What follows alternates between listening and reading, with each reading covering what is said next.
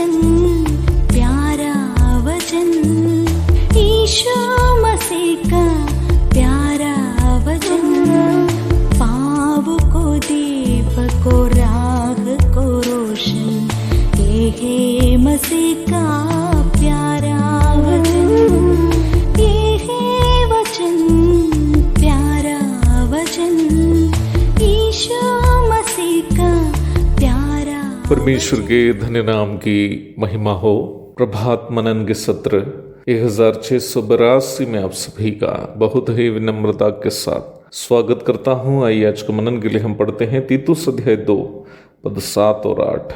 सब बातों में अपने आप को भले कामों का नमूना बना, तेरे उपदेश में सफाई, गंभीरता और ऐसी खराई पाई जाए कि कोई उसे बुरा ना कह सके, जिससे विरोधी हम पर कोई दोष लगाने का अवसर ना पाकर लज्जित हो।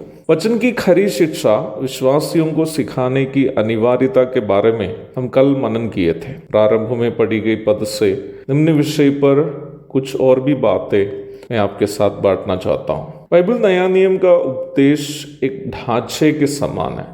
The doctrine of the Bible New Testament is like a frame.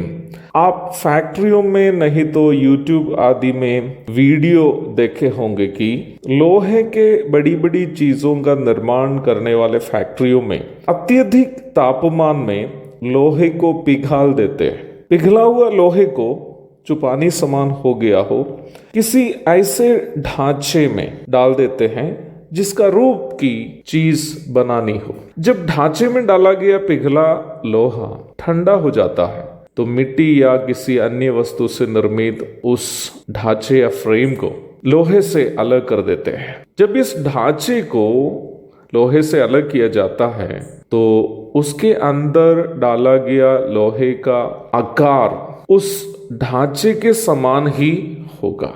रोमी 6:17 में उपदेश अथवा डॉक्ट्रिन को साचा शब्द से परिचय कराते हुए आप देख सकते हैं।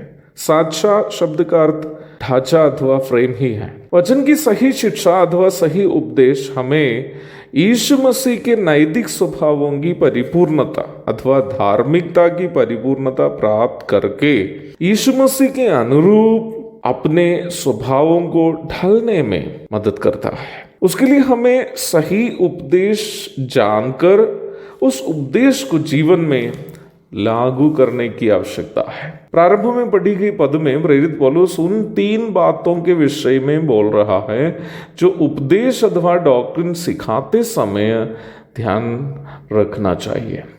वचन का उपदेश सिखाते समय उस उपदेश के प्रति सिखाने वाला व्यक्ति पूर्ण रूप में ईमानदार होना चाहिए। He must have the integrity to teach the doctrine. ऐसा नहीं होना चाहिए कि तलाक के खिलाफ प्रचार करते हैं और अपनी ही संतान का तलाक कराकर उसे दूसरी शादी कराता है। अर्थात सिखाने वाला व्यक्ति को उसे अपने जीवन में लागू करने की पूर्ण जिम्मेदारी है।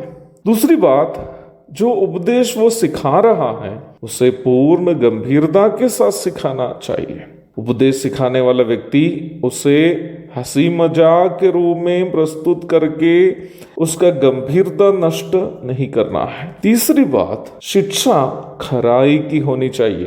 अर्थात उपदेश में अन्य बातें मिलाकर उपदेश को प्रदूषित नहीं करना चाहिए। उपदेश को फेरबदली नहीं करना चाहिए। जैसे कल के मनन में मैंने बताया था कि बाइबल नया नियम का उपदेश में 3 बातें अवश्य उस उपदेश के प्रति एक मापदंड के रूप में होना चाहिए। वो उपदेश यीशु मसीह अपने पवित्र प्रेरितों को सिखाया हुआ उपदेश होना चाहिए। वो उपदेश प्रेरित लोग पहली शताब्दी की कलीसिया को सिखाया हुआ उपदेश होना चाहिए और वो उपदेश पहली शताब्दी की कलीसिया माना हुआ उपदेश होना चाहिए।